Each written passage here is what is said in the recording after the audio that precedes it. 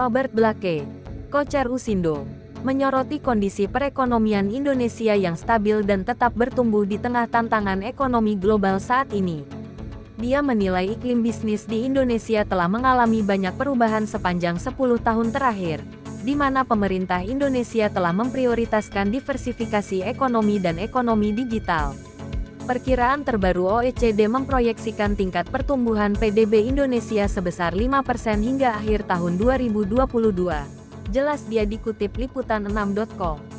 Ini dia ungkapkan pada gala dinner yang diselenggarakan oleh United States Indonesia Society Usindo di Washington DC pada Selasa tanggal 25 Oktober tahun 2022. Menteri Koordinator Bidang Perekonomian Airlangga Hartarto ikut menjadi pembicara. Gala dinner mengambil tema Rising Indonesia, Indonesia's Recent Economic Success and Growing Global Role as it Prepares to Chair the G20 in November and ASEAN in 2023. Sebagai anggota G20, pertumbuhan Indonesia dipandang mencengangkan jika dibandingkan dengan pertumbuhan global saat ini pada angka 3% dan 1,5% untuk Amerika Serikat, papar Robert Blake.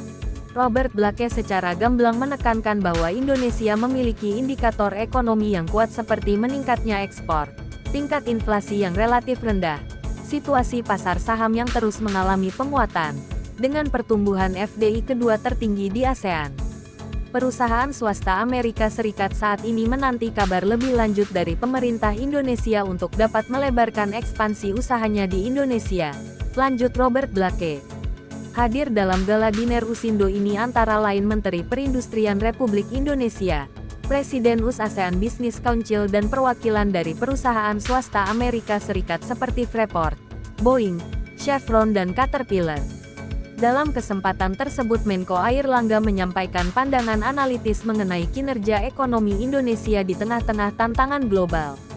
Ketahanan dan kinerja ekonomi Indonesia, ditambah dengan penentuan posisi geopolitik yang seimbang serta kebijakan luar negeri yang cekatan, telah menempatkan Indonesia pada posisi yang kuat untuk menghadapi tantangan politik dan ekonomi sebagai imbas dari pandemi, disrupsi rantai pasok dan konflik Rusia-Ukraina, tegas Menko Airlangga. Menko Airlangga juga menggarisbawahi rilis IMF World Economic Outlook pada bulan Oktober tahun 2022. IMF mempertahankan perkiraan pertumbuhan ekonomi Indonesia pada angka 5,3% untuk tahun 2022 serta perekonomian Indonesia akan tetap dalam kisaran 5% pada tahun 2023. Nilai surplus perdagangan diperkirakan dapat mencapai 60 miliar dolar Amerika Serikat di 2022, yang menunjukkan kenaikan signifikan jika dibandingkan surplus senilai 22 miliar dolar pada tahun 2011, ungkap Menko Airlangga. Menko Airlangga menawarkan berbagai keunggulan yang dapat ditawarkan oleh Indonesia kepada investor global melalui berbagai inisiatif kerjasama internasional. Pertama, Indonesia merupakan bagian dari kawasan yang stabil dan masuk dalam value chain regional dan global. Kedua, pasar Indonesia dinilai besar, terutama mengingat populasi Indonesia dengan pendapatan per kapita yang terus meningkat. Ketiga, potensi proyek investasi yang berkualitas dan konsisten dengan tujuan pembangunan berkelanjutan. Saat ini Indonesia memang memiliki berbagai proyek baru dan tengah berjalan yang dapat memenuhi target Sustainable Development Goals (SDGs) dan transisi menuju green economy.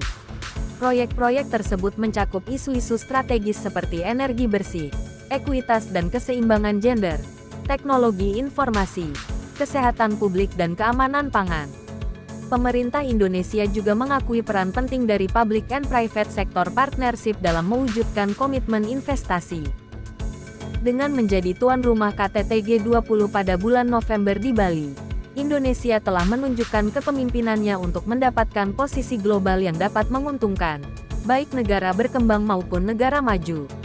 Indonesia juga akan melanjutkan kepemimpinan internasional dengan mengampu keketuaan ASEAN pada tahun 2023. Pungkas Menko Airlangga mengakhiri pidatonya.